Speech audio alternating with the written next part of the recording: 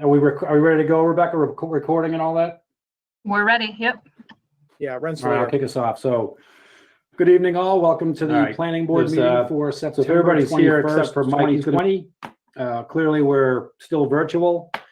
I have a few administrative things to talk about before we get going. So a couple housekeeping things we've talked about before. This meeting is being recorded by Westford Cat. We respectfully ask that everyone mute their computer microphones and phones when they're not in use to avoid unnecessary noise during the meeting. This is an open meeting, so for all the panelists whom have access to the chat panel, I would like to remind you to not use that function to discuss any of the content of the meeting, but to ask a question or any technical issues with the video conferencing platform, and please direct them to the organizers. All votes will be done by roll call. All attendees are muted upon arrival into the meeting to reduce unnecessary sounds again. If an attendee wishes to contribute a question or comment, they may virtually raise their hand via the platform's control panel, and the chair or one of staff will recognize and unmute the participant where they can voice their concerns, similar to approaching the mic at a live meeting. Or individuals may submit questions and comments to the chair and staff by utilizing the questions function. These will be compiled and included into the hearing at the appropriate time. Due to limitations of the platform, attendees that are accessing the meeting via the telephone number at the bottom of the agenda will only be able to listen to the proceedings and will not be able to contribute. Please access the video conference via the link on the agenda, even if you don't have a webcam to participate. So attending tonight are 4 of the planning board members. Kate Hollister is absent, even though my name says Kate Hollister under me. Mike Bonifant is going to be joining us in just a second. And also joining us are town engineer Paul Starrett, director of land use Jeff Morissette, and town planner Rebecca Cheney. Rebecca is also pulling double duty by managing the webinar tonight. So that covers the administrative stuff. So the agenda is a little bit different tonight. We're going to go a little bit out of order. And for anybody that's here for the second public hearing item, which is PB 2024 for Hartford Road, the applicant has requested that to be continued to our October 5th meeting. So that being said, we're going to, for scheduling purposes, we're going to have our town council join us for this executive session. So we're going to give him a little bit of time. So we're going to start off tonight by going into our general business section. We'll start off with those 3 items. Then we'll return to the executive session. So that means we're going to adjourn from this meeting. We'll go into the executive session. We'll have that discussion, and we'll come back. We'll leave that meeting. We'll come back here and log back into this meeting and join it later for the public hearing items regarding the zoning bylaw amendment. So we'll probably be gone for, I would guess, half an hour to an hour. So, I think the agenda will still be on the screen at that time, but we'll be joining the meeting again after that point. So that gives you a little lowdown on the agenda for tonight. So that being said, Mike has now joined us. Hey, Mike. So we can start off. We'll go into, we'll see if anybody has anything for open forum, anything from the board for open forum. Nope. Nothing. All right, I'll go to staff. Anybody from staff have anything on for open forum? No, Nothing from engineering. nothing for me. All right. It's been a while since our last meeting. I guess everybody's just getting back into it now. So, all right, so we'll go to our first item on general business, which is item A, Rush Road, Rush Meadows. There's a request for the final bond release. I guess this road was accepted back in 2012, but there's still remaining balance on the bond. I'll go to staff for a quick update on this one. Sure. So you're correct that Rush Road was accepted as a public way in 2012. We have held on to the 15% required bond since that time, but there's no reason to keep it now that it's a public way. no requirement to keep that money. So it amounts to, let me pull up the release form. And I don't know if Paul has anything to add to that, but I think it's a fairly simple request. It's $4,834.16 is remaining. Yep, that's correct. Paul Starrett, town engineer, the developer, Titan Corporation, completed this in 2012. We went through the, many procedures and processes of street acceptance, and then this just got overlooked that we had not released this bond amount. But we are good to go. Great. Thanks, Paul. Any comments from the board? Any questions? Looks pretty straightforward, and it's been there for quite a while. So I don't have any questions. Bob? Only question I had was, when was this established? 1998, it says in the release form. Yeah. Wow, okay.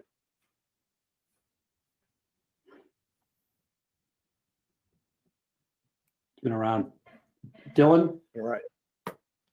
It looked straight ahead to me, Darren. No questions. All right, cool. Mike? All right, good. I think you're on mute, but all right, good. All right, so any comments or questions from the audience or from staff? Let me just check around and see if there's any questions. I do not see anything from the audience. All right, then I'll move that we grant the release of the Rush Road, Rush Meadows performance bond established in 1998 for the installation of Rush Road from station 0+00 to station 7+93, per the request submitted on July 20th of 2020. The remaining amount to be $4,834.16 plus any accrued interest. Excellent. Is there a second? Second. All right. Any further discussion? All right, seeing none. All those in favor of releasing the bond, say aye. Bob? Aye. Dylan? Aye. Mike? Aye. I say aye. All right. The next item is item B under general business, PB 04042. It's a request for administrative review and approval of installation of 325 linear feet of pavement on Lazy Day Drive within the Summer Village development. So this is right now a gravel road, I understand, and their residents there want to pave this one piece of it because it's particularly difficult to walk on it or push a stroller and that type of thing. So I'll go to staff on this one too. Okay. So as most of you know, most of the roads or some of the roads in Summer Village are paved, and some of the smaller little spurs like this one here, this spur of Lazy Day Drive is not paved. So what the trustees are looking to do is pave from this portion here to just about here. They have some disabled residents and some elderly folks who have trouble navigating it or traversing it. It's about a 9.4% grade. So they're looking for permission to pave just this portion, which is 325 feet in length. And I do have a couple other things to show. There's this, and one of the applicants is on the line if you have any questions, and I don't know if Paul wants to chime in. I did get an email from Paul saying that engineering had reviewed it and that they were okay with the proposal. I did get a verbal from Dan Britko, the deputy fire chief, and from Henry Fontaine in the building department that they were all fine with the proposal. And I would agree with Rebecca, or again, Paul Starrett, town engineer. I've been out to this location and I'm familiar with the proponent, Richard Kuko, and the work that they're going to do will reduce some of the erosion that's happening on this gravel road. It's a steep slope, and more importantly, it will provide access for people with disabilities and access issues. So we would let them. I would encourage you to let them go ahead and do this, and if we discover any drainage problems later on, they're responsible for that on that property anyway. So Right. Straightforward in my mind. Mr. Chairman, Richard Chuko here. We actually have looked at this and we feel that it will also be an improvement to the drainage. We just had a heavy storm about a week or so ago, and we had to do a lot of sweeping and cleaning up. So that silt that comes off of that steep slope, we think will be reduced dramatically. All right, good. Excellent. This is a private way, right? Yes, Correct. Okay. And the Summer Village folks are paying for that? correct. Okay. All right. Anything from staff, anything else from staff on that one? Not good for to me. go. All right, how about the board, Bob? The only thing, besides the pavement, what else is being installed? Basically, it's just, we're gonna be scraping off the area that's currently gravelled so we can have a good base for the pavement. And that's about it. If you look at the photographs, there really isn't much room on either side in that area. Originally, we were gonna just try to do a sidewalk, but that didn't seem to work out for us. So basically, it's just a pavement. And at the bottom where the proposed road comes into that loop, where the pavement is, there's a series of catch basins in that area. And then it goes into a drain manhole and into some filtration system before it outlets. So it's about all the room we have for in there. And we have residents, obviously, that would like the whole road paved, but we want to try to stay as close to the original low impact development design as possible. So we're only doing it in this one stretch to accommodate the folks that are in the wheelchairs. And you really can't even push a stroller up it. It's pretty steep and rocky. So I guess my question was, you're installing catch basins, installing additional stormwater management elements? No, sir. The stormwater management elements are already in place. It's just that we feel that they get prematurely clogged up because at a 9% slope, you're getting a lot of silt on them. So we have other catch basins in the village that we can clean every 4 or 5 years. That one we have to clean every 2 years. Okay, yeah, that was the gist of my question. Okay, thank you. Thank you.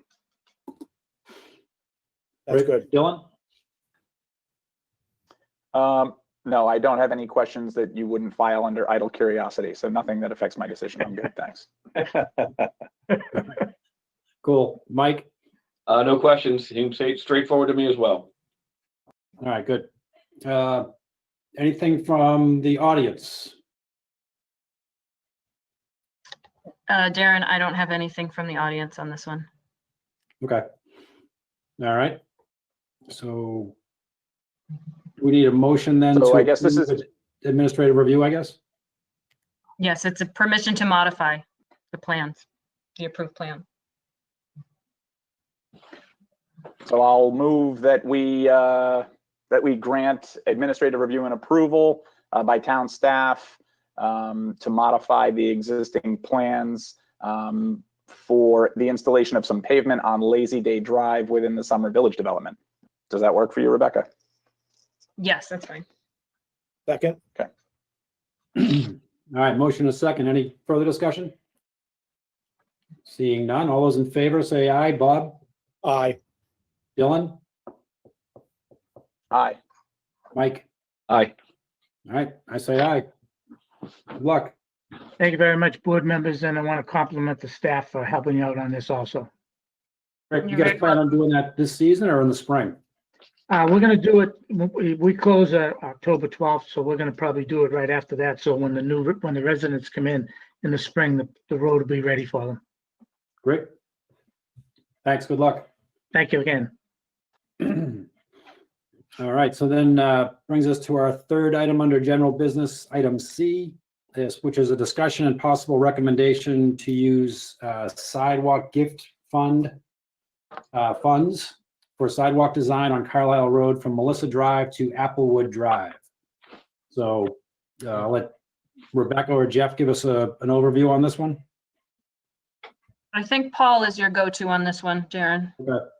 Cool. Thank you, Mr. Chair, Paul Starrett, Town Engineer. So we've been working with the Pedestrian Safety Committee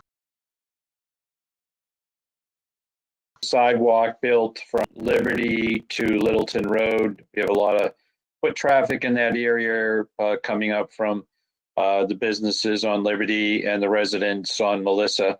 The Pedestrian Safety Committee went to the Select Board. There was some resident participation in that meeting, and the Select Board asked us to come up with an alternative to having two sidewalks on both sides of the road. That alternative was to extend the design that we had in hand from Littleton to Liberty and to stay on one side of the road, go past the Balsam Circle project, which is under construction and is obligated to construct a sidewalk in front of their property, and then continue on up to Mac Technologies, and then ultimately to a crosswalk that we'll build at Applewood. But the addition of the length of sidewalk from Liberty to Applewood requires that we do additional survey and additional design. So TEC, our transportation design team, has put together a proposal of $30,500 to complete that work, which is consistent with the work that they've already done. But the Pedestrian Safety Committee, as you can see from my memo, voted back on September 9th to request the use of the sidewalk gift account, which I believe is in the jurisdiction of the Select Board, but I know certain that they will ask the Planning Board's disposition on this use. So we're here tonight to ask you to support the request to the Select Board tomorrow evening for the amount of $30,500 to complete the design of the sidewalk going up to Applewood on Carlisle Road. Great, thank you. All right, Rebecca or Jeff, what's the balance right now in the sidewalk gift fund? Do we know?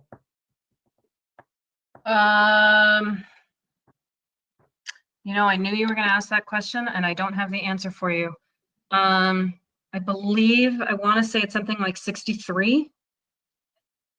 Okay. Yeah, that's my recollection was in the 70s, but you know, that's a good guess. Okay.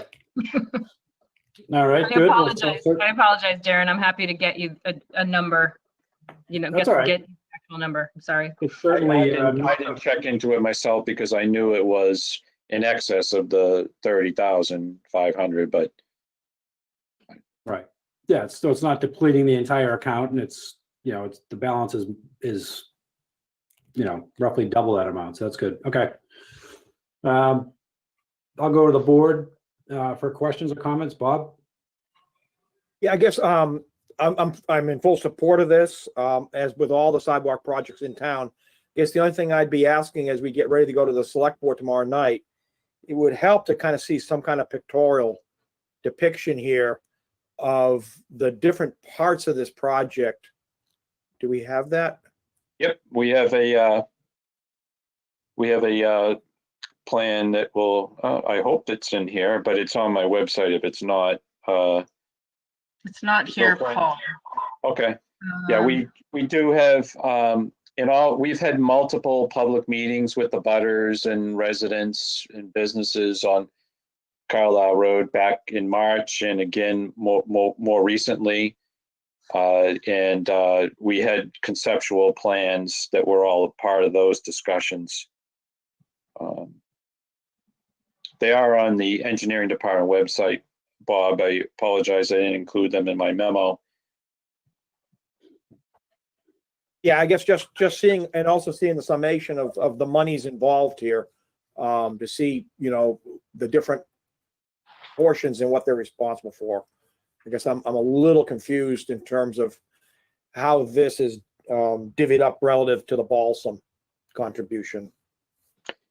Well, Balsam is that was a commitment made by the developer and in the interest of his residents, of the residents that are going to live at Balsam. So that won't be a part of our design or our cost for completing up to Applewood. But I guess they're gonna pay for some portion in that section, correct? Correct. Yes, that's the only thing I'm in front of their property. And those numbers would be very deceiving anyway, because the developer is not paying prevailing wage to construct it, whereas we will be. So it would be Well, I guess deceiving. the numbers I'm thinking of are like the length of the sidewalks, there's, Oh, I'm trying okay. to look, I mean, we've got a portion here from Melissa to Applewood. I'm looking at and some portion in the middle is being funded, some length by Balsam.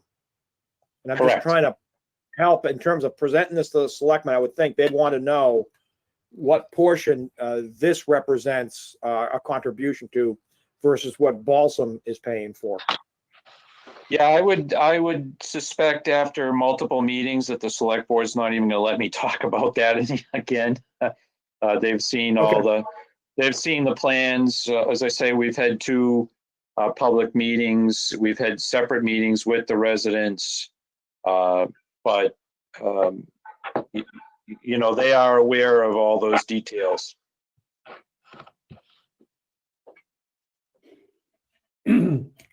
Typically, we've in many of the developments, we've typically had the abutter paying for some additional sidewalk in the area. So it sounds like Balsam's only paying for the length in front of their development. Correct. Okay. And which is they're going I correct myself, they're paying for more than that. They're going from their driveway to Liberty, they will pass another private property between them and Liberty. Okay, thank you. So really the sidewalk gift fund piece, Paul, then really is really from Balsam to Applewood then. That's a fair way to describe it. We already have the design funds from the PWA gift account to pay for the Pedestrian Safety Committee got those monies to design from Littleton Road to Liberty. But we did it on both sides of the road. And so the select board decided to go with a single sidewalk on the east side and extend that all the way up. So that's what provoked the need for more design money. Okay. Cool. Thanks. All set, Bob? Yeah, thank you. Good. Dylan? You asked my question to start, which was how much is in the fund, so that got answered. And then I would just say if the Pedestrian Safety Committee is on board and this is a priority for them, and obviously town engineering, I'm certainly more than comfortable with it. Great. Mike? I have no questions. I'm supportive of it. I think it's a great idea. Great. All right, we'll go to anybody from the audience, Rebecca? I don't see anyone, Darren. Nope. All right. So we need here what A basically motion for recommendation? To recommend? Yeah. Yep. All right, I'll move that this board recommends to the select board the use of the sidewalk gift fund in the amounts of $30,500 for sidewalk design on Carlisle Road from Melissa Drive to Applewood Drive.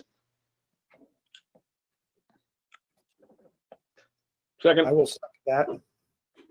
All right. Motion and a second. Any further discussion? Seeing none, all those who favor the recommendation say aye. Bob? Aye. Dylan? Aye.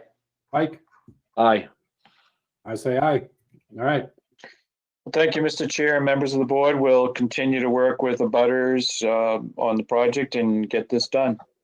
Great. Thanks, Paul. Thank you also for taking this out of order. I greatly appreciate that. Oh, absolutely. All right. So that concludes our general business section. Jeff and Rebecca, do you know if Jonathan has joined us? It looks like he has. Yep. Can you all hear me? Yes. Oh, yeah. I can hear you. Yep. Good evening. Good evening. Good evening. Thanks for joining us. Of course. So that brings us to we're gonna pause here from the from the meeting to go into executive session. So we'll be logging off and we'll have to log in separately to a different meeting for the executive session. So folks that are interested in discussing or hearing the discussion on the zoning bylaw amendment public hearing will be coming back to the meeting to discuss that. So I would, like I said, I would imagine, half an hour to an hour maybe, but, keep your webcam going and we'll be returning. So is there a motion to leave this meeting to go into executive session? So moved. Mr. Chair, Second. Mr. Chair. Yep. I think we need a little more precise there to explain why we're doing that. Yes. Okay. If I might All right. suggest, the motion could be to enter into executive session for the purpose of discussing pending litigation strategy in the matter of Planning Board of Westford versus Smurf LLC, and to return to open session for further business. All right. Who made the motion? I did. So moved. Perfect. I'll second that. Thank you. Right, thank you. Um, All right, before so we all go, in favor of adjourning our meeting here to go into executive session, and then we'll be returning back to this meeting. Say aye. All those in favor, say aye. Bob? Aye. Dylan? Aye. Mike? aye. I say aye. All right, so we'll be logging out and then Is there logging another, into that executive session momentarily. Aaron, is there another link for the second meeting, for the executive session meeting? Yeah, There it is- came Yeah, from Rebecca. Rebecca. Okay, Yeah, Rebecca sent it right before the packet. Yep. awesome. Okay. I'll see you guys in the other call. Sounds Can good, I- Thank you. Would someone please text Kate? I don't have her phone number, and just let her know we're starting. Rebecca- I can text her. Thank This you. is Jeff. I just did that. Okay, great. Thank you. Thanks, Dylan.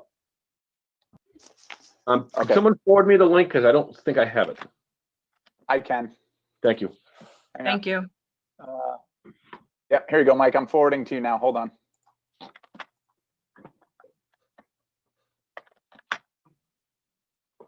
Mm,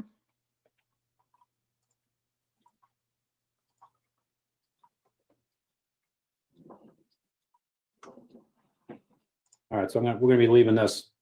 See you guys in a few moments. Okay. Mike, I'll hang on the line until you get it. I just sent it. Email? Yeah, email Okay. to your CBALA CBA office. Okay, great. CBA law office. Yep, yep. It's coming to that email. Guys, I'm gonna kick you off. Are you ready? I was gonna say, yeah, please do. I was just All right. I was just waiting to make sure that Mike. I was just waiting to make sure that I'll Mike just text you gets if I the- don't get it. Okay. you. Should be on its way.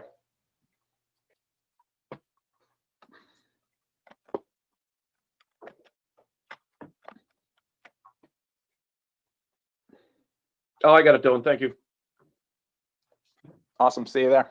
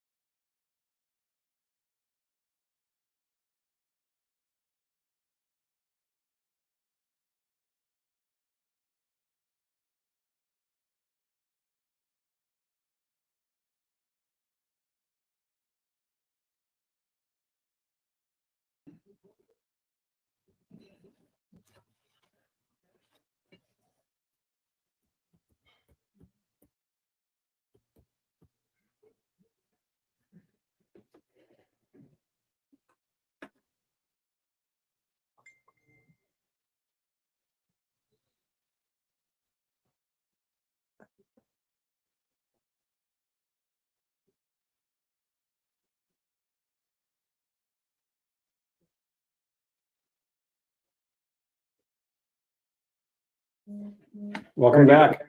You say, your name says Kate? Yeah, it's bizarre.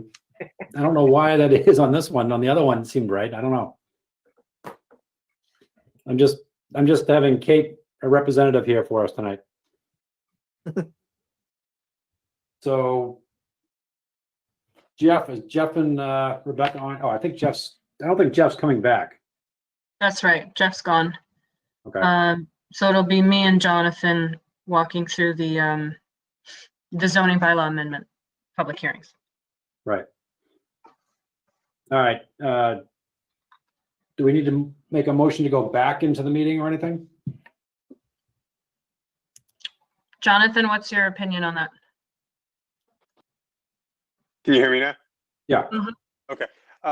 No, you don't need a motion to re-enter open session. Okay. Thank you. So for those folks who are still here, we are back from executive session to continue our regular agenda tonight. So we're going to continue on with our open forum. And again, if you missed it earlier, our second public hearing item for 019, 33, and 35 Hartford Road, PB 2024, is continued to October 5th per request of the applicant. So we're going to continue to our first public hearing item, which is multifaceted, and it's talking about zoning bylaw amendments. The first item is PB 2025, gender neutral amendments to the town's zoning bylaw to reflect amendments to the town charter pending before the general court and non-substantive changes. So we've talked about this in the past. A group of folks went through our zoning bylaw and changed the wording to make it more gender neutral. And that's what we're discussing here with this item. So Rebecca, I'll turn it over to you. Well, first, I think, and this is also a question for Jonathan, you do need to open the hearing. And I don't know if you can do it as a group and open them all at once, or you need to go one by one. But as public hearings, they do all need to be opened. Right, okay. All right, all right. Good question. Jonathan? Sure, you can do it all at once. They were advertised as a group, correct, Rebecca? Right. Yes, they all have different file numbers, but they were advertised all together. So yeah. Yeah, it's fine to open the public hearing at once. Okay. Okay, then I'll move that we open the public hearing for the 8 zoning bylaw amendments for discussion and consideration for inclusion in the town meeting agenda coming up in October 17th specifically. I will second that. Jonathan, do we need to read into the motion the specific public hearing item notification numbers, such as PB 2025, 2026, et cetera? You certainly can, but it is not necessary. Okay. I'm fine then. That's good. All right. All those in favor of opening the public hearing, say aye. Bob? Aye. Mike? Aye. Dylan? Aye. I say aye. All right. So again, back to you, Rebecca, on PB 2025, the gender neutral amendments. Sure. So all of you may recall, maybe Bob Schaffer, this is new to you, but the select board sponsored an amendment to remove gender specific language and replace it with gender neutral language in the zoning bylaw. They're doing this also in the general bylaw. And as part of that, we are going to be fixing typos and making other ministerial edits. So it's fairly straightforward. It's really just correcting typos and changing some language to be gender neutral. And I'm happy to answer any questions about it if anyone has any. The only question I had was, I seem to recall a year and a half ago at the town meeting, we did have a motion to do some of this. Help me understand. I'm trying to recall, what was it we did then and what was it we didn't do? I'm on board with this. I'm trying to understand the differentiation of what we haven't accomplished yet.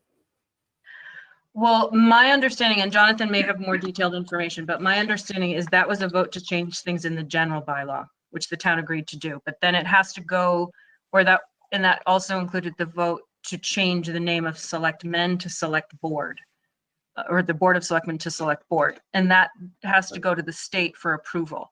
And I believe it's in that process now. I don't think it's been made official yet. But this is just to deal with the zoning bylaw itself. Yeah, I understand the zoning portion. I was trying to understand where we were with the other portion because of the way the lead into this was written. I was confused. I thought we had already achieved everything else but the zoning, but I'm fine. I think it's going through whatever state process it has to go to for approval. That's That my makes sense. understanding. All right. Mike? No, the only question I had reading it, I found at the end of the day, I was concerned that, I think it was 3.3.4 had said changing from, living area to floor space, but I think that was all, taken care of in the last, amendment. So, I guess it's a long way of saying that I don't have any questions. I'm fine with it. Now, is that specifically related to just PB 2025, the gender neutral, or is that for your comments for all of Oh, the? Yeah, I'm zoning? sorry. Yeah, that was the comments for all, but I don't have any issue with the gender neutral amendment. I guess that's a good question. Do we want to go through each? I'll go through each one individually, just so we can run through them. So on the gender neutral, Mike, no comment. Dylan? No comment. I mean, I think we've discussed this before, and Right. and I have no issues with this. Yep. Yep, same with me. So Bob, you're all set with it? Yeah, no, I was just trying to understand the related history. I'm good. I think it's a good idea. All right, great. Now, as far as voting on these, Rebecca, can we vote as one at the end as well? So that we're basically everybody's all set with PB 2025. Yeah, well, you have a couple options. If you have anything outstanding that you want to keep talking about at another time, you can obviously continue that one. And you could close them individually. I will just mention and, make your decisions accordingly. But Kate isn't here, so she doesn't get an opportunity to weigh in on this. And Okay. typically you keep these open for 2 meetings. Right. You don't have to do that, obviously, but that's been the custom. All right, there's no reason not to. There's no rush, so, okay. I think we also have to see if there's any comments from the audience. Right, Yep. yeah. Rebecca, Darren, any- in the interest of,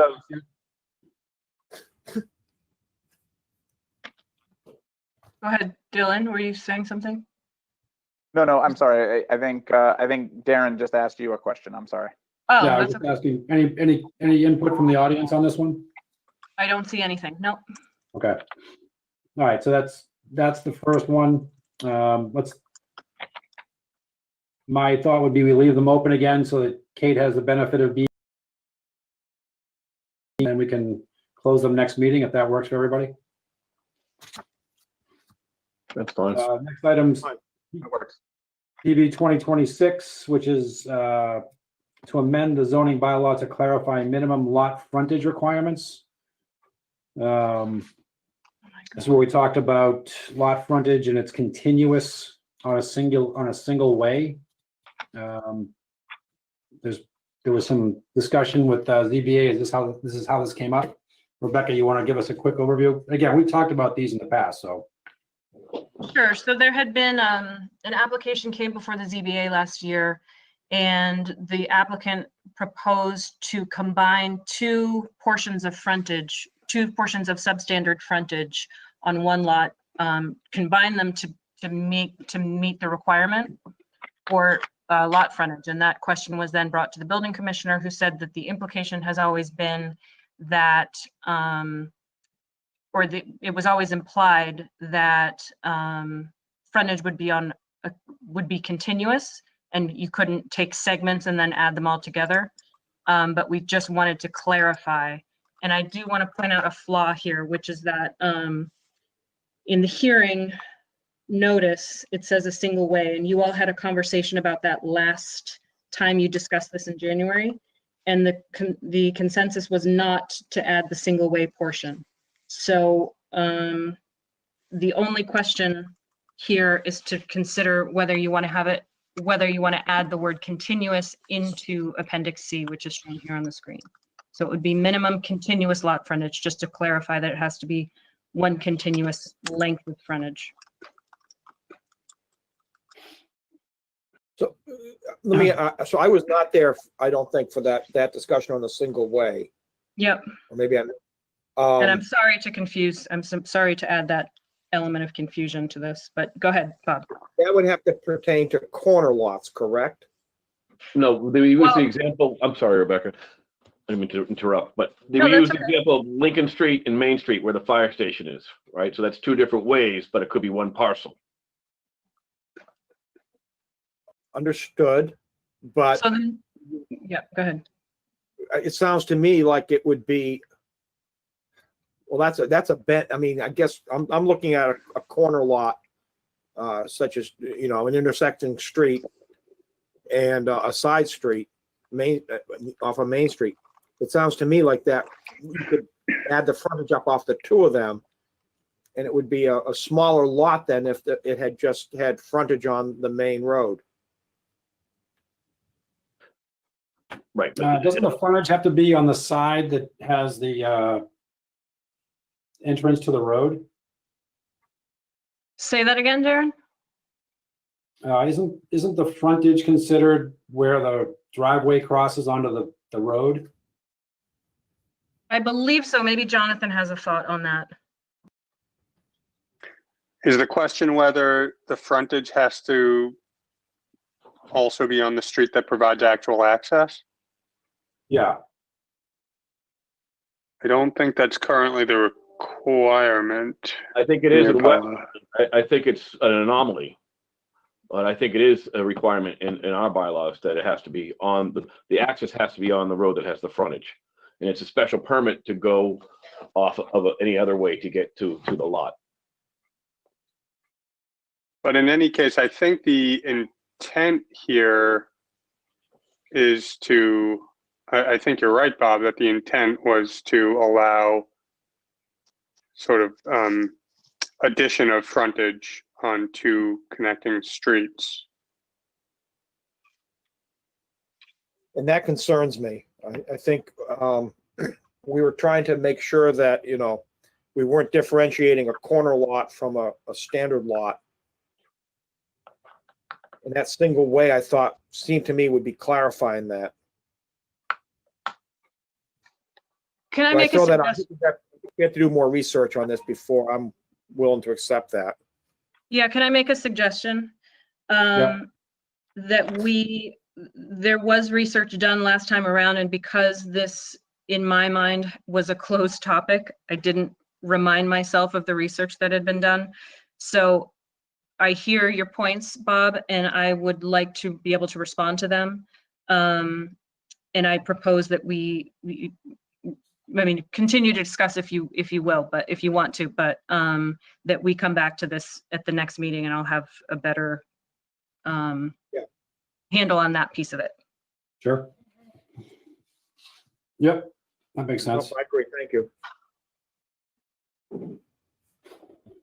All right, anything from the audience on that one, Rebecca? Well, let me see. No. Nope. All right, anything else, Dylan or Mike? Nope. All right, so the next item is PB 2027 to amend the zoning bylaw to extend the time for lapse of special permits from 2 to 3 years. I think in the past, we've seen where we've given a special permit, people had to come back to get that extended. This is just pushing it out an extra year. Anything further on that one, Rebecca? No, I think you've covered it. It's just, it gives the town the option to, gives boards the option to grant a 3-year lapse rather than a 2-year lapse, and it brings our zoning bylaw more in line with 40A. Right, okay. All right, any comments on that one? Bob, No, I'm fine with it. Mike, No comment. Dylan? I'm good. All right, good. Let's see. The next one is PB 2028 to amend the zoning bylaw to clarify area standards for accessory dwelling units. I think this is the one you were talking about, Mike. So really, this is just cleaning up kind of the definition. I think there's multiple definitions used in the bylaw, and this is for consistency. So Rebecca, I'll give you the floor on this one again. Sure. So the bylaw does define gross floor area, and it's generally accepted construction term. But in our section 3.34, which refers to standards for accessory dwelling units, there's reference to two undefined terms, one gross living space and the other gross floor space. And we have interpreted them, or the building commissioner has interpreted those to mean the same as gross floor area. But just to provide consistency, we'd like to just exchange gross living space and gross floor space with gross floor area. Yeah, which is defined. Correct. Yep. Right. Okay. So any comments on that one, Bob? Nope. Mike? Nope. Dylan? Nope. No, it makes sense to me. Okay. Next one is PB 2029 to amend the zoning bylaw to regulate massage establishments. So Rebecca, last time you gave us a nice overview on this one. I think there were 17 establishments in town. So again, this is kind of cleaning up and defining those and where they can be. So I'll give you the floor on this one too. Sure. So massage establishments are currently not allowed anywhere in town. An establishment is required to get a use variance from the Zoning Board of Appeals to have a massage establishment. Currently, there are 17 across town in 4 separate districts, and 5 of those we know have received variances from the ZBA.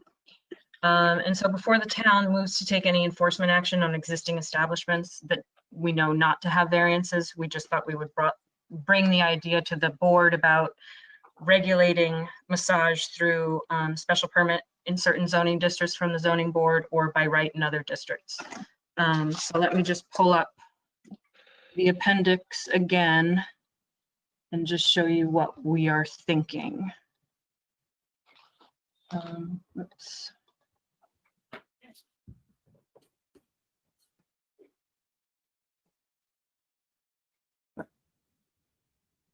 All right, so that's Appendix B, and we'll get to that one in a second. So Appendix A is the principal use category or categories.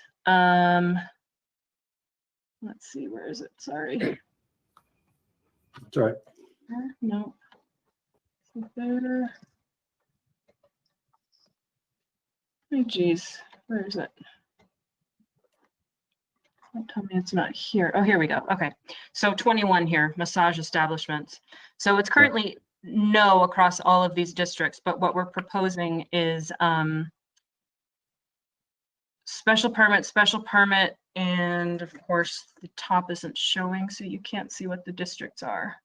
And I will just say, because I know offhand, that the 2 Ys are commercial highway and industrial highway, which are both which contain the majority of the existing massage establishments. So that's where we thought that a yes would be okay, potentially. Yep. The 2 ends are Residence A and Residence B. So as a principal use, we're not proposing that it be allowed there at all.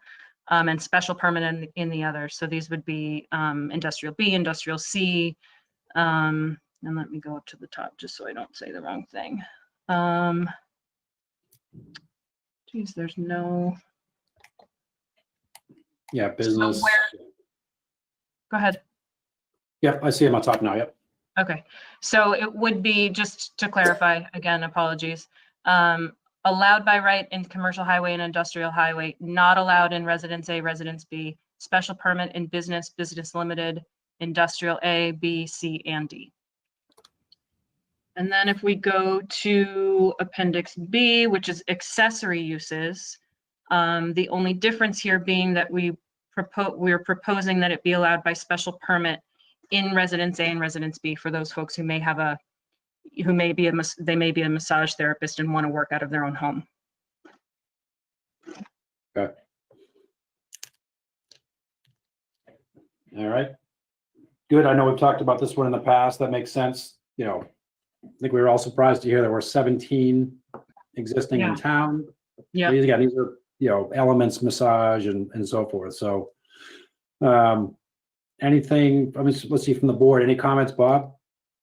The only comment I had was, does that I mean, a massage establishment could be just massage, or it could be part of a bigger business.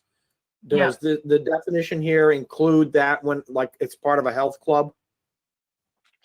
Yeah, it does, because a lot of those other uses, I mean, I guess the unfortunate thing about massage is it's distinct from lots of those other professional service or personal service uses, like, you know, a manicurist or a chiropractor, any of those other kind of alternative, not that a manicurist is an alternative health practice, but any of those alternative health practitioners. And so most of those other uses are allowed by right in a variety of districts, but massage is the only one of those that kind of falls under that umbrella that is not allowed anywhere. So yes, if you were within a health club or something, you would have to get a special permit if you were in a certain zoning district to do massage, or a variance if this doesn't go forward. All right, so I'm looking at our definitions, Rebecca, and I think we need to fix that. Which, the massage definition? Massage establishment. Okay. Because of the fact it states that it's the primary use of the premises. And I think you could argue in the case of a health club, massage is just one of many uses. It may not be the primary use. Okay. So I think we need to fix that. I think I understand the intent of what we're trying to do here, but I'm not sure we're capturing that with the definitions. Okay. Does that fall under the accessory use? Right. Good question. Yeah. So I've got to make sure that I'm comfortable with, Okay. massage as an accessory. Okay. Jonathan, do you have any thoughts on that? So As a primary use? yeah, I do think that massage, something like a gym, where the primary use is obviously the use of the sports equipment or whatever other facilities they have, if they happen to also offer massage services like tanning beds or any number of other sort of ancillary things, I do think that would properly fit within the definition of an accessory use. Okay. And Bob's question about the definition, which I will try to find right now, so we can all look at it. About the definition referring to it, does it say primary use, Bob? Yeah, so it's in the zoning bylaw. It's, what is it, page, I'll bring it up here. Oh wait, I'm right in there. It's on 113 in the zoning bylaw. Okay. And the definition of massage, I think, is fine. Yeah. But it has massage establishment defined as any establishment or place of business where massage as defined hereafter is administered or used as the primary use of the premises. And it does not cover the accessory use. Okay. Yeah, and that again, that would be like your Elements massage place, as opposed to, like Jonathan said, the gym where you get a massage, right? Exactly. Okay. Okay. So We will take a closer look at that. Thank you. you're welcome. Okay. Cool. Anything from the audience on that bylaw? I do have a question out there from Mr. Fassbender. Hi, this is actually Chris Kuntz, Texas Road. I do. I'm very puzzled by this. For years, Westford voters had decided we didn't want massage parlors, we didn't want massage establishments in town. And now, via creep or whatever, it seems like there's 17 places in town that now offer massage and nobody knew about it. And I am a little bit disturbed by the planning group's attitude that, well, they're already here, so now let's make it legal. This was something we didn't want. And if we're now going to approve massage establishments, whether they're primary or secondary or accessory or main, to be available or allowed without special permit or anything in so many of the different districts around town, that bothers me. If it's going to be a specific district that could be named, I guess that would be something for the voters to approve. But I am really concerned if people, I didn't see it addressed vehemently enough against in residential areas, either A and B. So it looks like to me that if someone really wanted to push it in a residential area, they would either get a variance or a special permit or whatever and do it anyway. I don't think we want massage establishments in residential areas at all, via special permit, via variance, via whatever. If someone wants to do that, they're more than welcome to affiliate themselves with another establishment in a commercial or a business or an industrial district, I think. And I even think that's too widespread. That's just one voter's opinion. All right, thank you.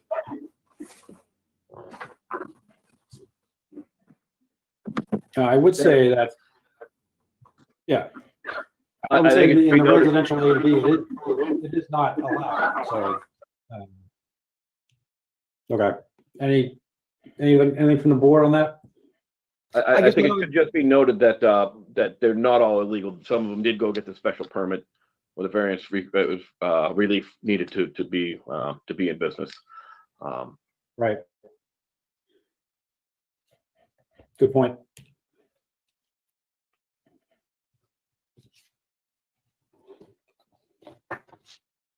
I guess we'll be talking about that one again at the next meeting, as we clarify the definition and so forth. Yes, that sounds right. Okay, I guess get All into right, Greg. Chris's question here. We probably should have a little bit of material ready for town meeting. I guess I hadn't listened to it until Chris presented it regarding the issue of we have 17 we didn't know about. Nobody took any action. They somehow are doing business here. I think we as a board and the select board are probably going to need to answer for ourselves as to how that happened. well, I will say that there were 5 that are, that do have the special permit. So there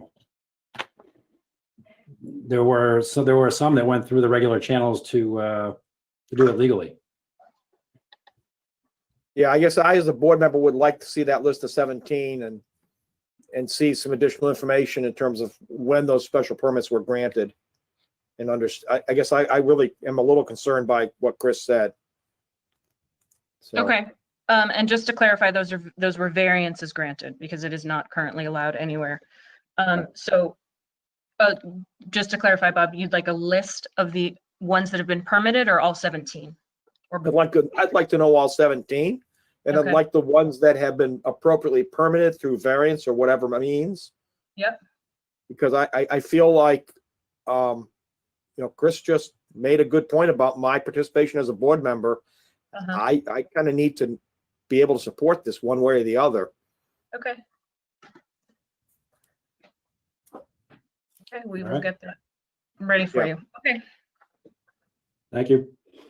Anything else from Mike, Dylan? All right, Nope. thank you.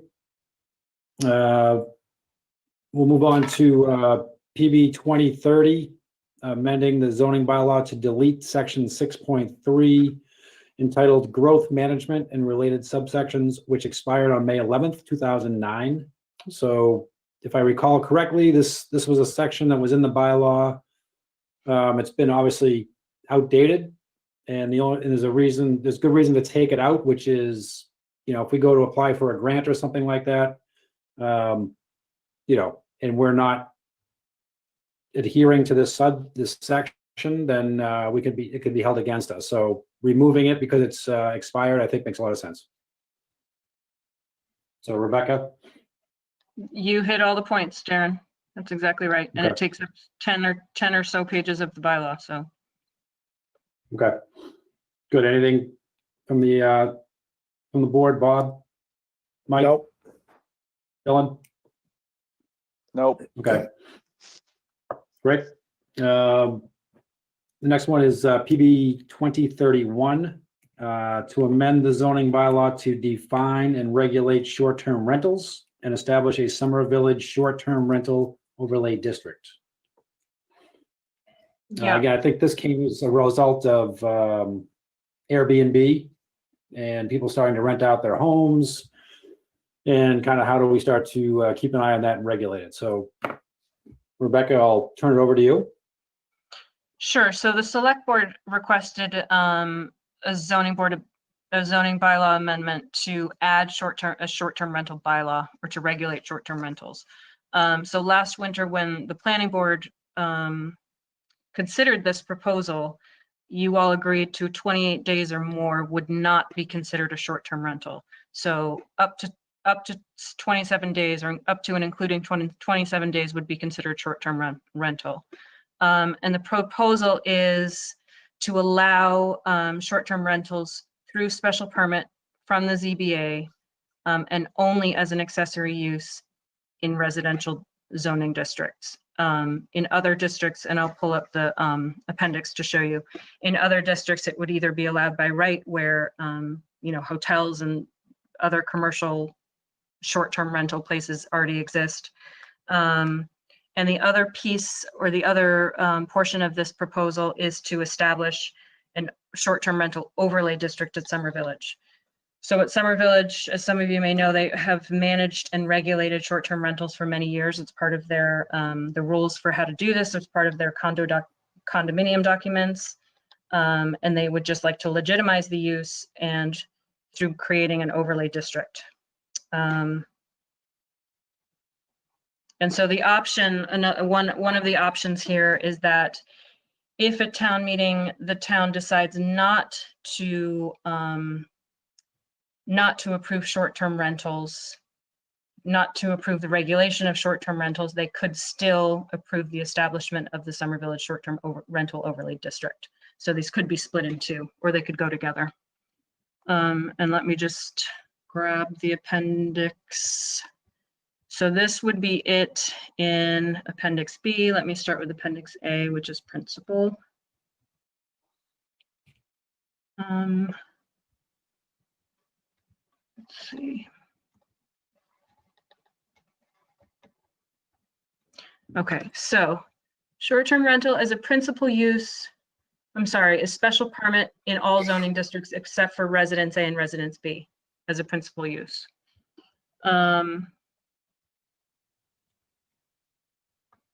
Short-term rental is special permit in every zoning district as an accessory use. Do we, Rebecca, I'm checking the zoning bylaw I have, and I don't see it in there. Do we Mhm. have a new definition of short-term rental that's gonna go be added into the zoning bylaw for this? Yeah, let me find that.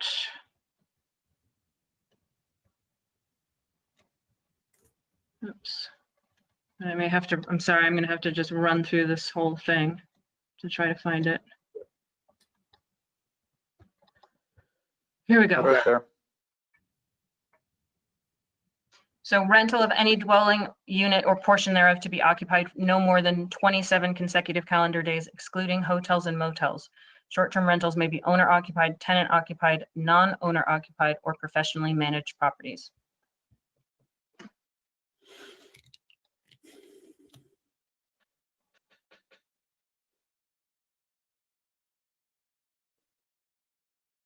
So we have a bed and breakfast up in the center. Mhm. Do they fall on, they fall under the definition of hotel and motel? Yeah, they are a different, I believe they're a different animal entirely, and I may have to call on Jonathan for clarification because it gets pretty confusing. Let me go up here and see what I can find.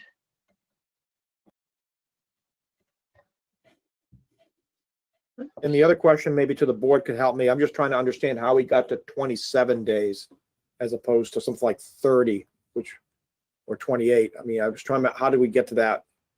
I can answer that. I recall, we had talked about in a scenario where someone was buying or selling a home and needed a month rental, and a month could be 28 days. So we figured a 1 month period or an extension of a lease for 1 month period could be considered a short-term rental if it was 28 days or, less than 28 days. Okay, thank you. The other thing is that that is consistent with the state statute that was passed that regulates short-term rentals at the state level.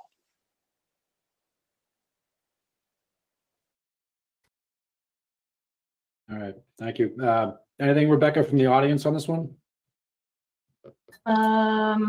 Not that I'm seeing, no. And I just want to ask Jonathan. Jonathan, I don't know if you can clarify for Bob his question about how bed and breakfasts and that sort of thing, how all of those things are distinguished. I'm trying to look through my actual paper zoning bylaw so I don't have to scroll through on the screen. Well, this might harken back to the discussion of the massage establishments. My memory is that you have 2 or maybe 3 bed and breakfasts in town, and people weren't exactly clear on how those ended up coming into existence. Right. I think there was a lot of research done and no one could really figure it out. Right, but in terms of defining how those are different, how a bed and breakfast is different than a short-term rental, if there's a distinction. I guess I didn't want to hurt the bed and breakfast because I think they're regulated, but I wanted to see, are they included under the definition of motel and hotel? No, And if the they're not- definition specifically says rental of rooms, apartments, houses, or other units to be occupied for more than, 31 calendar consecutive days. That was the update from Jonathan's office. They are listed specifically as excluded in the definition I think the state has. That's right. Yeah, and so I'm just doing a search of our the packet, and there's nothing specifically about bed and breakfast in our packet, the bylaws. I want to make sure that we allow for them because I think they're kind of a special class of a hotel and motel that we have in the town. Maybe I we think they're not currently allowed. Yeah. So are you proposing to add them to the exclude list in that statement about what a short-term rental is? So say excluding bed and breakfast, hotels and motels, Bob? Maybe Is that what you're proposing? I am proposing, I want to have a discussion of that because I think we've been allowing them for some time. At least that was my impression because I know there's one in the center.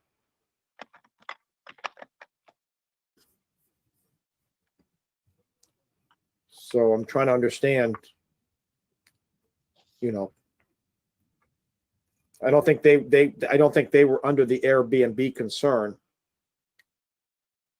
Well, you know what, maybe we look at the definition that Jonathan did provide, with short-term rentals excludes bed and breakfasts, hotels, motels, and then defines bed and breakfast as a private owner-occupied house renting up to 3 rooms with breakfast included. Yep. So something to Yeah, consider. maybe add that definition and then Add that to the reference list. it and define it. Yep.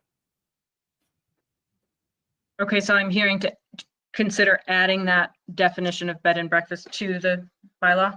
But yeah, let me reread that if I may, because I messed it up a little bit. So short-term rentals of rooms, apartment houses, and other units to be occupied for no more than 31 consecutive calendar days. Well, excluding hotels, motels, lodging houses, bed and breakfast establishments, short-term rentals may be owner-occupied, tenant-occupied, non-owner-occupied, or professionally managed.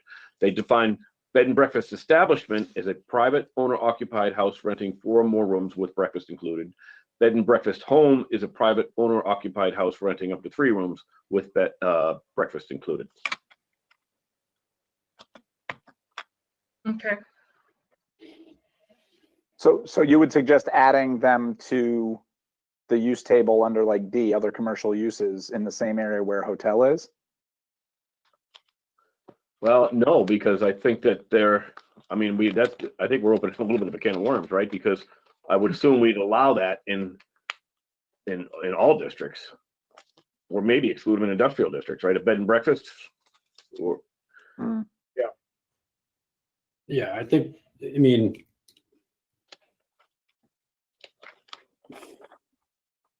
do we then, if we define bed and breakfast, do we add it as a use in the table then?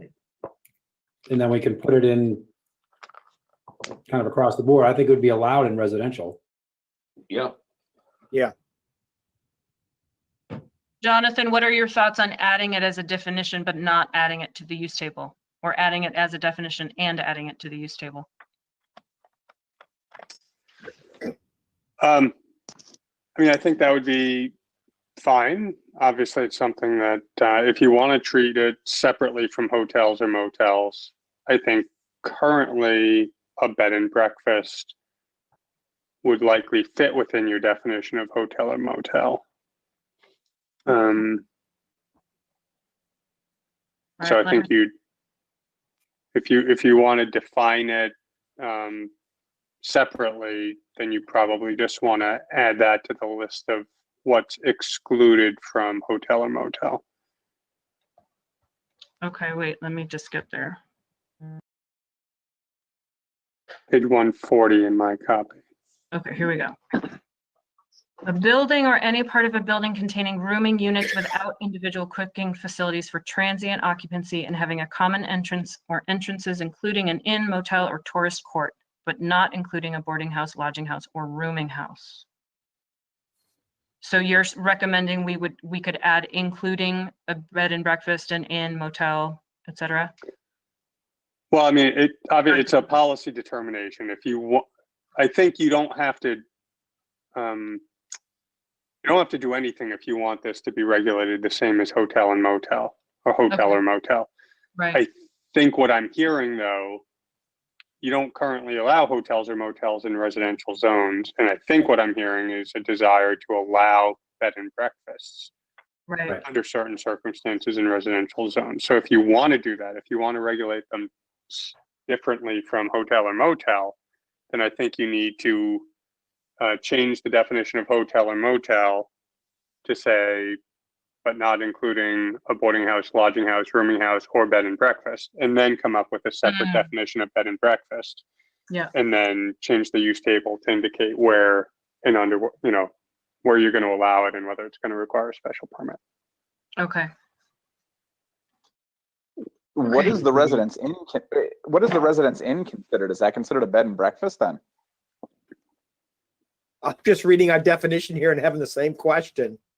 Yeah, because there's individual cooking facilities inside the residence inn, having stayed there in between houses. I will tell you that that question has come up in some other towns because a lot of towns have similar definitions for hotel.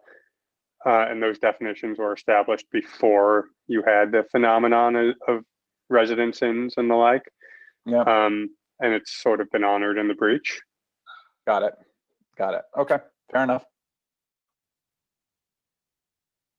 All right. So it's if that is something the board would like to consider adding bed and breakfast as a definition, and then the next question is how do you want to regulate it and where do you want it to fit into the table? And it sounds like being in a residential district would be important. And I don't know. To Bob's earlier point, Rebecca, wouldn't we need to, I mean, of the one in the town center. I think we're all aware of that one, Bob, but where are the other two? We should look at the districts that they're in, right? Before we come down on that question.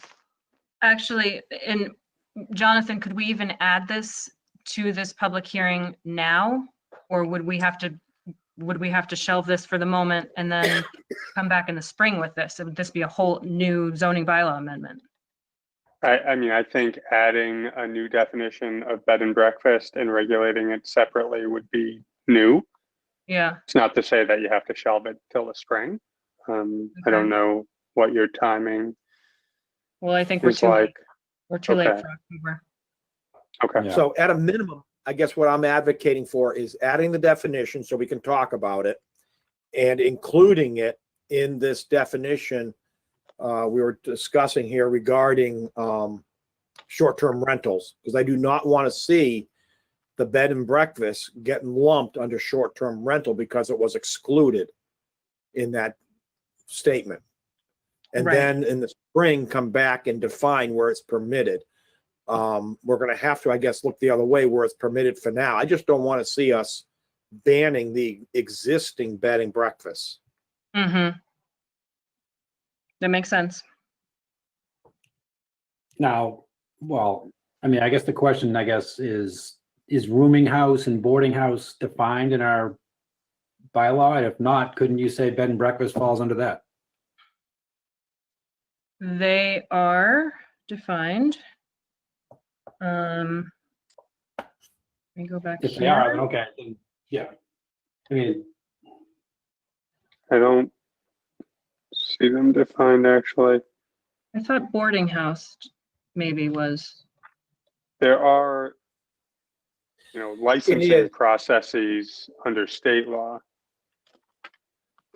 So the boarding house is defined under section 321. It's not in the definitions. And it's It's in, defined under borders in a single family dwelling. And it's the renting of rooms and or furnishing of board to 6 or more persons in a single family dwelling by the owner occupant thereof shall be deemed a boarding house. okay, well, we have something called a lodging house or a lodging unit. That's how we handle it. So let me just get there and see if I mean, And we ought to make a note, we probably should be adding in the future boarding house to the definitions so that it's friendly to the structure of our zoning bylaw.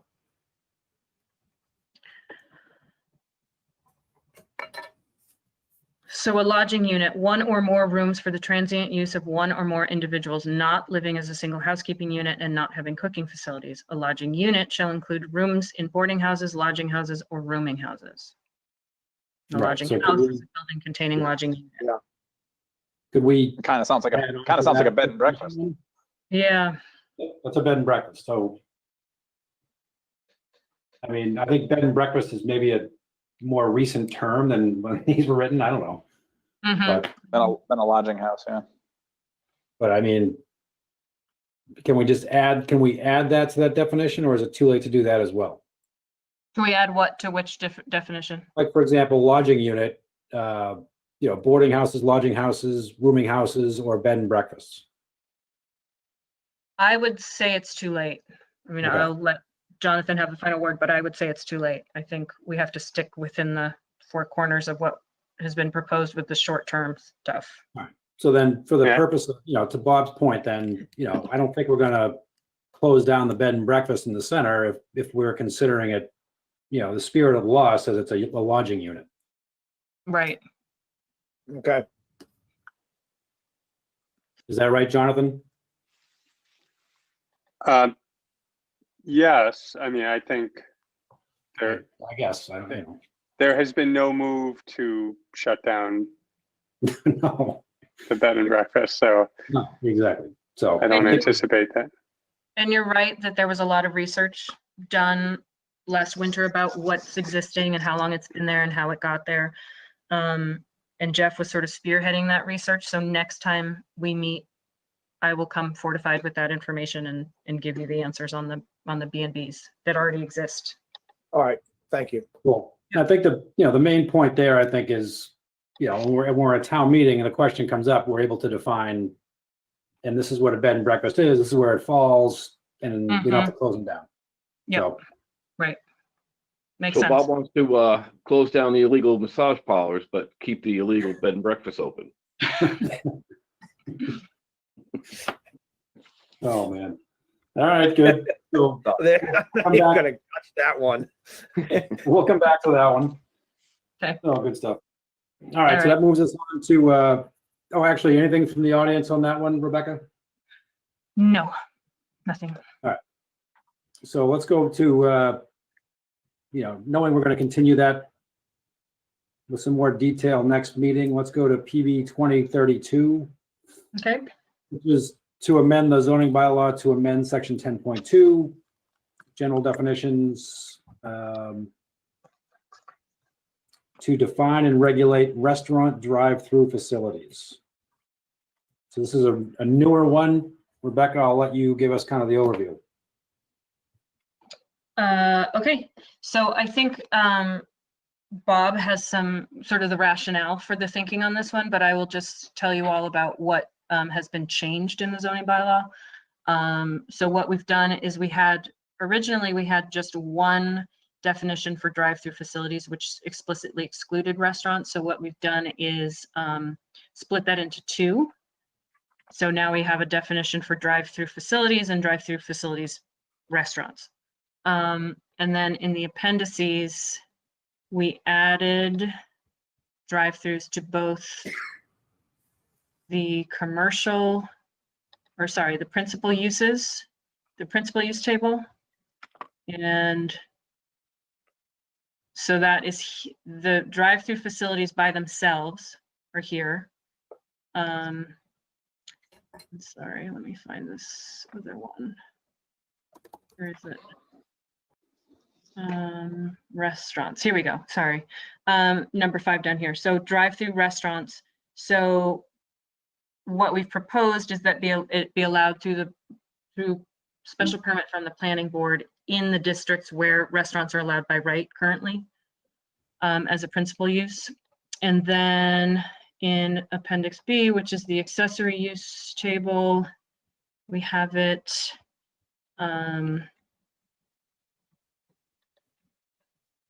we have added it here in the same configuration where restaurants are allowed by use, allowed use by right.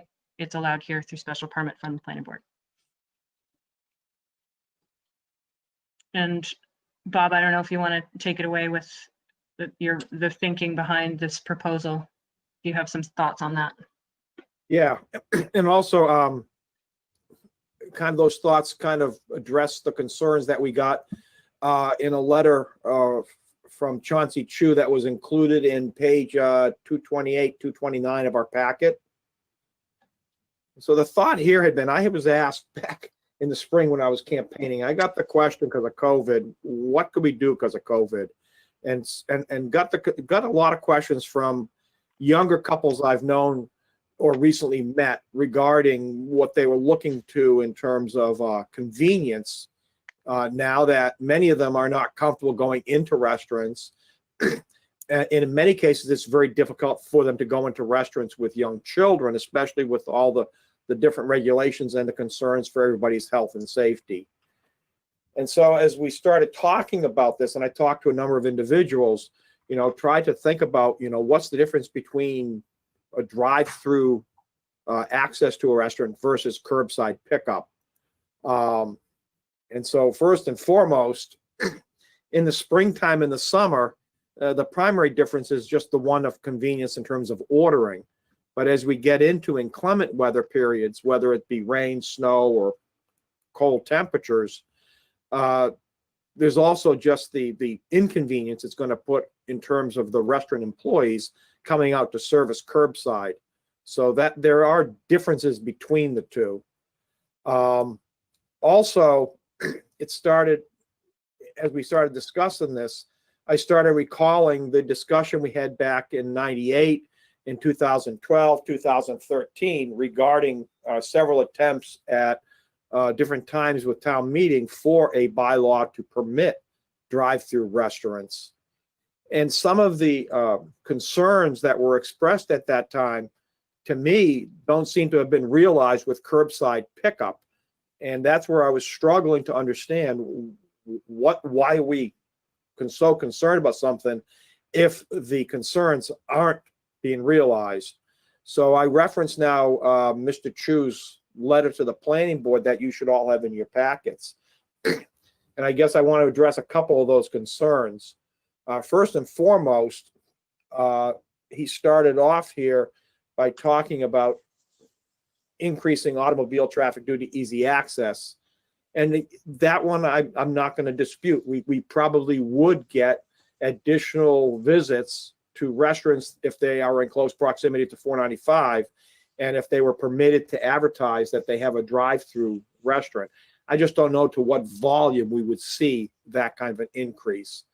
And relative to the 5 towns he listed, yes, as far as I know, Littleton does not permit drive-throughs, nor does Carlisle or Groton. And interestingly enough, I just don't know. I mean, with respect to Carlisle, they just don't have the restaurants that would need drive-throughs. I mean, there's just a lack of restaurants there. But I do take exception to what he wrote regarding Chelmsford, because I did a little bit of thought and research on this. He's correct that it's a special permit in the overlay district on 129. But there's also drive-through restaurants permitted in what are called commercial B and commercial C districts in Chelmsford. And those 2 districts are present up along Drumhill and Parkhurst Drive.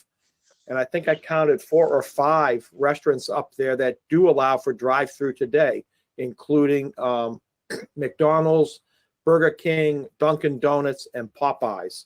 So it's not fair to say that there's no drive-throughs except for the special permit overlay district on 129. I think what the confusion here is that the special permit for overlay district for 129 was something that just came up back in, I think it was 2016.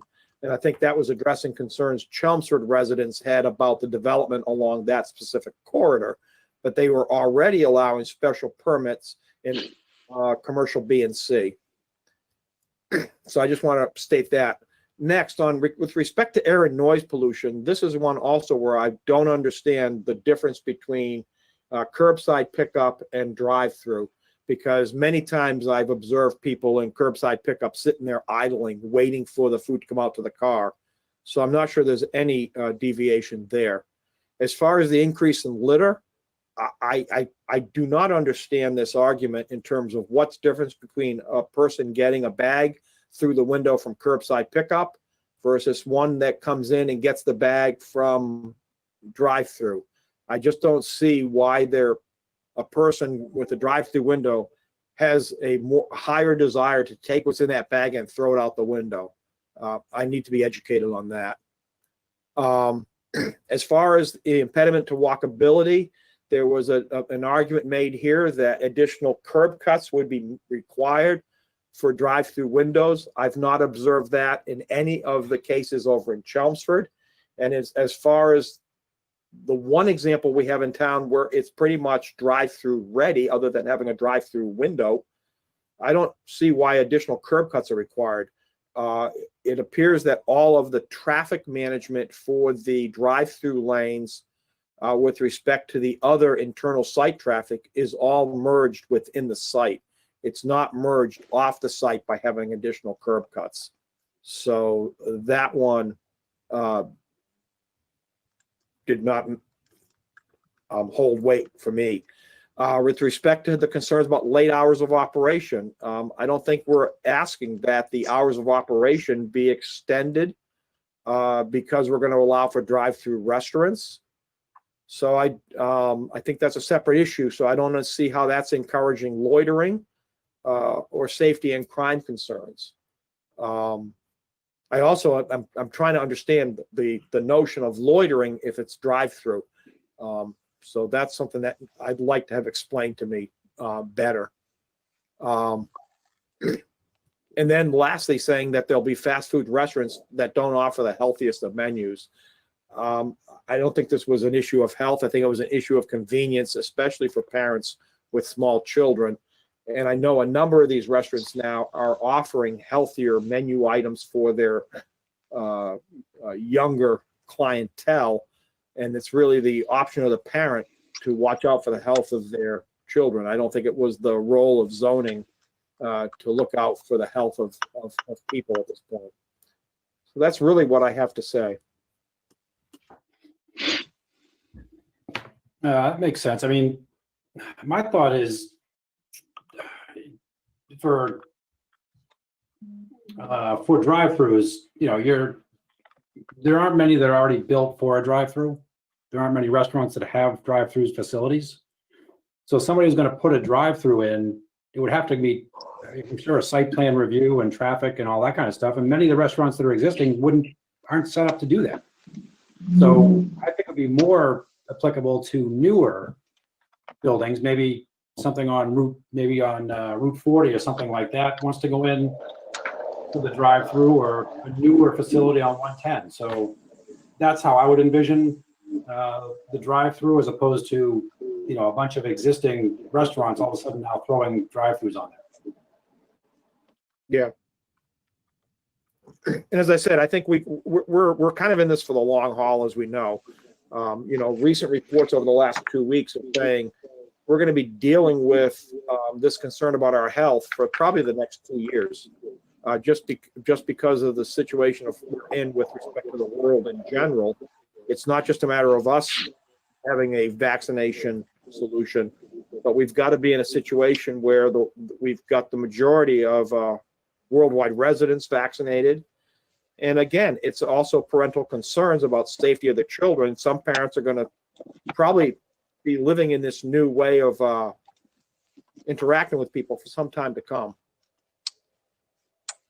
Right. Yeah, I mean, good background there, Bob. Anything else, Mike? Dylan, thoughts on the drive-through? No, I'm for them. I like the language. I Yeah, like Mike. Sorry, Dylan. I'm sorry. No, go ahead, Mike. No, I'm done. Please. I like the way it was written. I like the idea of the drive-throughs. And again, I don't think we're going to be overwhelmed all of a sudden with you know, every one of them opening up a new drive-through. So I'm happy with the way it's written now. Dylan? Yeah, I agree. I mean, I think Bob largely summarized my feelings on the note as well that I read through from Mr. Chu, you know, while reading the packet this weekend. I guess the only other comment that I would have is, you know, I do understand that an article such as this has come before the town at town meeting at least 3 different times. And I think, you know, as I look at this issue, I think it's just, given the fact that we are living in sort of exceptional times, I think the town has the right to have their voice be heard on whether or not these services are something that the people of the town want. And I think in sponsoring this this amendment, we're really just saying, hey, let the town hear this and make a decision based on where we are on whether or not our minds have changed on this subject. And so that's where I think I'm at with this. And like Bob and like Mike, I'm good with proceeding. Okay, yeah, I agree. I think in the past, people were fearful of traffic coming off 495, hitting the drive-throughs and leaving. But I think we're in a different stage now, like we talked about with, you know, COVID. People aren't as comfortable going in and out of places. So this might be, you know, an advantage to a restaurant that goes in the next coming years. So, and I just want to reiterate one more time so it's very clear. I think we didn't have curbside pickup that long. I mean, there's been a few restaurants, Chili's and others, that have started doing it.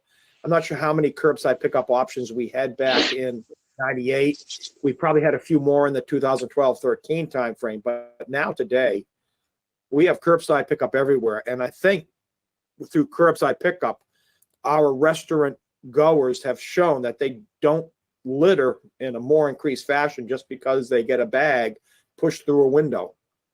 And I have a problem differentiating curbside versus drive-through and correlating that to littering. yeah, I would agree with that. Rebecca, is there anything from the audience on this one? Yes, there is. In fact, Mr. Chu is here. Great. There you go. Yeah. Go ahead. Yeah, okay. Good evening, gentlemen. Hey, I'd like to address Bob's concerns here. I'm glad you folks have read through my memo there, so I won't go through the detail. I'd just like to emphasize 3 things here, and then I'll address Bob's concerns. One, this convenience issue here, the drive-through versus curbside. I look at drive-throughs or drive-ups, whatever you want to call them, as fast food restaurants. There's a difference, I think, between fast food and restaurant, curbside, in that it's a larger quantity, well, there's almost a complete meal for curbside pickup versus a fast food where you're just grabbing a couple of donuts, a hamburger, or whatever. So it's easier to throw out litter, throwing out the bag that holds the hamburger. As you're driving through, you probably grab that hamburger and throw the bag out the window, as opposed to curbside pickup, where they're giving you maybe 2 or 3 entrees in a larger shopping bag. So I think you're less prone to throw meals out of the bag, the shopping bag out the window. So I guess, can I ask you, Mr. Pugh, how you would address the curbside pickup that McDonald's, I believe, is offering now, and whether that littering is occurring? I'm sorry, you mean the difference between McDonald's curbside versus if they had a drive-through window? Yes. I probably couldn't make an argument for a difference between the two. So are we seeing evidence today that because there's curbside pickup taking place at McDonald's, that there's increased littering taking place at that site? I don't know. I have not observed anything at McDonald's. I have observed, go frequently, Soul Kitchen across the street, and I don't see the stacking queues that I would see at a McDonald's. So therefore, curbside pickup does not have the pollution I refer to as much as a McDonald's or a Burger King or whatever. Okay, I guess, yeah. The convenience, okay. So you're arguing the difference between the curbside and the drive-through. I'm saying the difference is less queuing on the curbside pickup. There's probably less people at the curbside pickup. We're arguing that in the wintertime, we're going to make the restaurant owner provide an employee to run out to your car to drop that off. If we're talking about strictly convenience for the customer, I don't think the employees running around is an issue as far as the customer is. He's still going to get, I think he's going to get an improved customer service experience in that he doesn't have to do anything to pick up a meal. The restaurant will open up his car door or the trunk and drop the food in to the car for that person, for the customer. I'll get back to abutting towns. There's 6 abutting towns, I forget to mention Acton, which all prohibit drive-through windows other than Chelmsford. If that's the case, and people want to go through a drive-through restaurant, they're going to come to Westford because we're the only town that's going to provide a drive-through facility. If the person wants to go to a drive-in, they can go to Chelmsford. They can just as easily go up to Drum Hill or whatever, or they can go up to Tingsboro. I think Tingsboro has three drive-throughs issued by a special permit. Drive-throughs will change the character of the town. I don't think townsfolk would like to be like Route 9 and Framingham with all of these drive-throughs and the attendant signs. I forgot to mention that with the drive-through, they're probably going to have a menu sign, which is going to be, which will probably require a special permit because of our sign bylaws. So the menu sign is probably going to eat into their limit the signs, the square footage of their signs. as far as the pollution, I don't have any scientific studies on whether idling at a drive-through is greater than the pollution caused to a curbside pickup. And Right. finally, the curb cuts, getting back to the curb cuts, even if there's an existing facility that empties out onto, say, Route 110, you still have this issue of making a left-hand turn out of the queue. Well, again, without some evidence of traffic studies of left-hand turns out of a drive-in, it's something that I think needs to be considered. The loitering aspect that you brought up, I just think that even the late opening, late closing would encourage people just coming in for their midnight snack or something like that and just hanging out, using it as a hangout. And I think that would lead to at least more noise, traffic, and maybe some nuisance hanging out. Maybe department could comment on that sometime. You know, I'm just concerned about the convenience aspect. I don't think the drive-through is as convenient as you portray. Appreciate you listening to my comments. Thank I you. guess I still have, Chauncey, I have a couple of questions there. I don't you're really coming through garbled with the phone call you're on, but I don't understand the curb cut concern because I don't see any increase in curb cuts because all the sites I've observed and the site that's kind of pre-designed for a drive-through today does the integration of traffic for those that are walking into the store with those that are driving through potentially. That's all done on site. They come in on one curb cut, they leave on the same curb cut. There's no additional curb cut to support the traffic flow through the site for drive-through.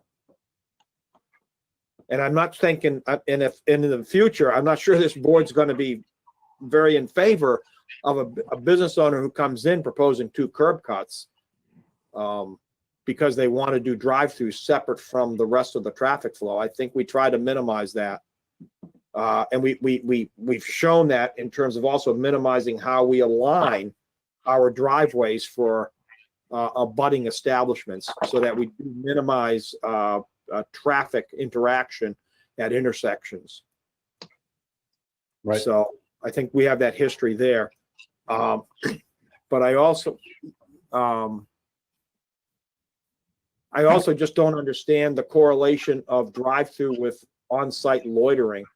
It would seem to me to be no different than if you could come in and have curbside pickup at the site. Or if somebody chooses to go into the establishment today, pick up the bag for their whole family and come back out to the car, is that loitering? No, I don't think there's measurement out there right now with, and maybe there is, if drive-throughs are conducive to more litter or loitering, I mean, I think we could debate it all night. I appreciate the input there. I think, the reason this is in front of us is because some citizens in town had requested it. And obviously there's some folks in town that feel the other way. To Dylan's point, I think the town will decide, whether drive-throughs are going to be permitted or not. Okay, I mean, Bob's got some valid arguments there against counter arguments against my points here. I do have one final question here, and that is on the third attempt here back in 2013. I understand that a defeated article could not be brought back to town meeting for 2 years. I don't know how this Article 23 came about then. Can somebody explain that to me? I can, Darren. Yeah, great. Thank you, Rebecca. You are correct that the state does say that a zoning bylaw that's been proposed and not voted or not approved by town meeting or by the town cannot then come back within 2 years. However, if the planning board supports the amendment the second time around, it can come back. So I would imagine that that's how, I wasn't here in 2012 or 2013, but I would imagine that that's how that came back so quickly. If it has Okay, planning. and, I have to go back and check. In 2012, the article wasn't withdrawn, was it? It actually was rejected? Yeah, that's my understanding for the minutes of the meetings. It's, Okay. it failed due to lack of majority. Okay. All right, should make for an interesting discussion. Yep. Thank you, Mr. Chu, for your input and your letter. Thank you for listening. Absolutely. All right, so anything, Rebecca, anybody else in the audience for this one? Yes, let me see. Paul Fassbender. Hi, Paul Fassbender, Texas Road.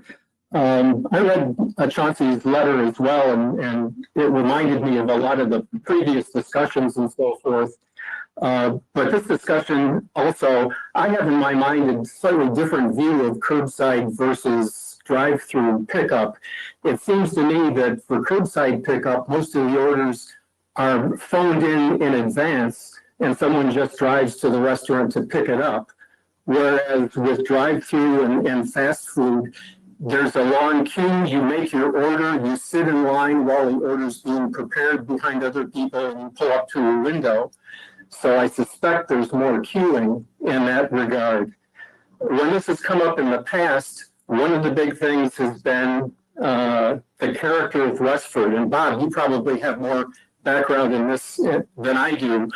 One of the reasons I moved to town in the late 70s was to move away from towns that had places that had a lot of drive-throughs and a lot of commercialization in the commercial strip, because it was just too, really busy. And I looked at moving to Westford as being an escape to the country, if you will, because the character was a whole lot different here. And when the master plans went through in the 90s, there was a lot of discussion about limiting the commercial activity along 110 to cater to the needs of Westford residents more than the needs of the 495 transient people going by and so forth.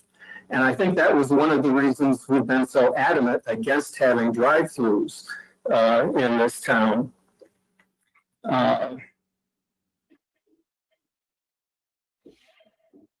Okay.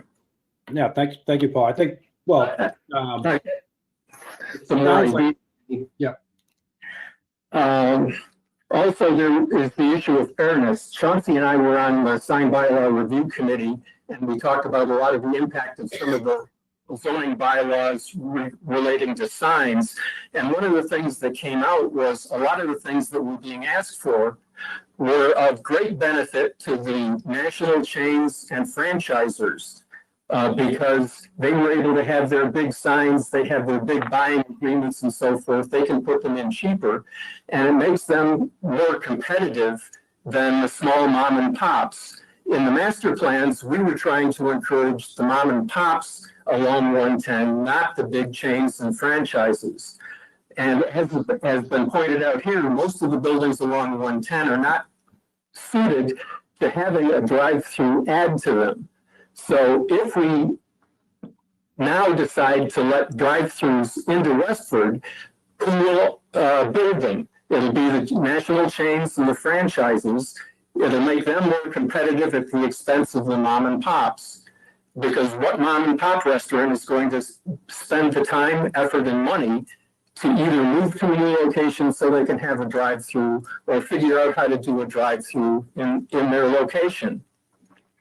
And furthermore, if we're catering mainly to the Westford residents, how much of a problem is it for a Westford resident to call the restaurant, with the order in advance and not have to go through an ordering line and queue in a normal drive-up window situation. It just seems to me that curbside pickup, as we have experience now, works so much better for the Westford residents and doesn't have the unintentional consequence, if you will, of attracting more of the transient business, more of the fast food business, that generates some of the problems Chauncey mentioned. So I'm sure we'll think more about that as this discussion goes on. All right, good points. Thank you, Paul.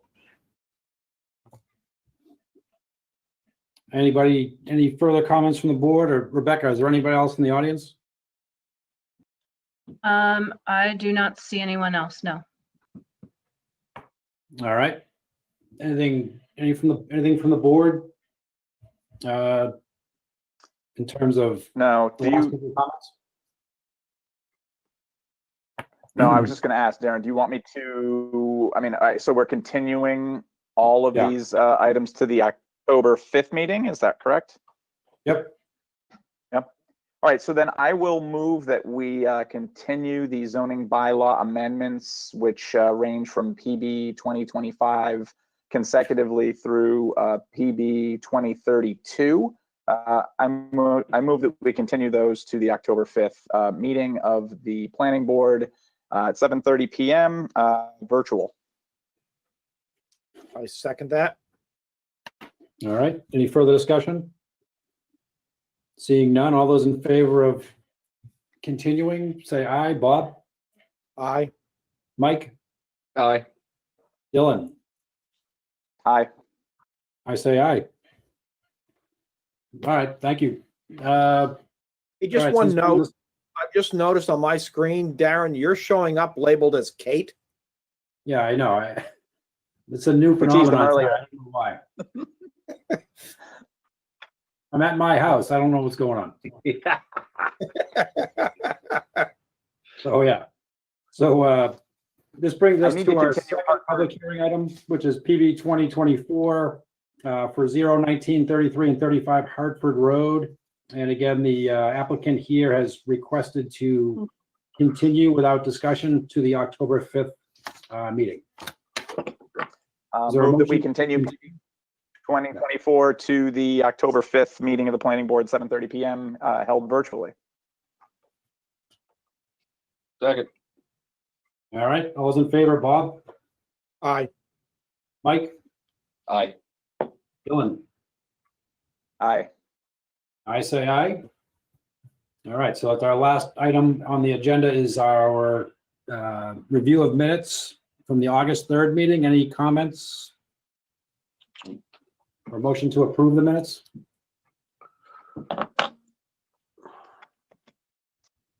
I'll move that we approve the meeting minutes of August 3rd, 2020. Second. All right. Any discussion? Bob? Nope. Mike? Discussion, no discussion. Nope, no comments. Dylan? Nope, they looked right to me. All right, no comments from me. All those in favor of approving the minutes from the August 3rd meeting, say aye. Bob? Aye. Mike? Aye. Dylan? Aye. I say aye. Excellent. All right, Good work. I think we're all set. Rebecca, is there anything else you guys need on this from your end? I don't believe so. No. All right, Jonathan, you still there? I think he's probably gone. So, Yeah. All right. He's Is there gone. a motion to adjourn? So moved. Second. All right, all those in favor, Bob, Aye. Mike, Aye. Dylan, Aye. I say aye. All right, thanks, folks. Good night, guys.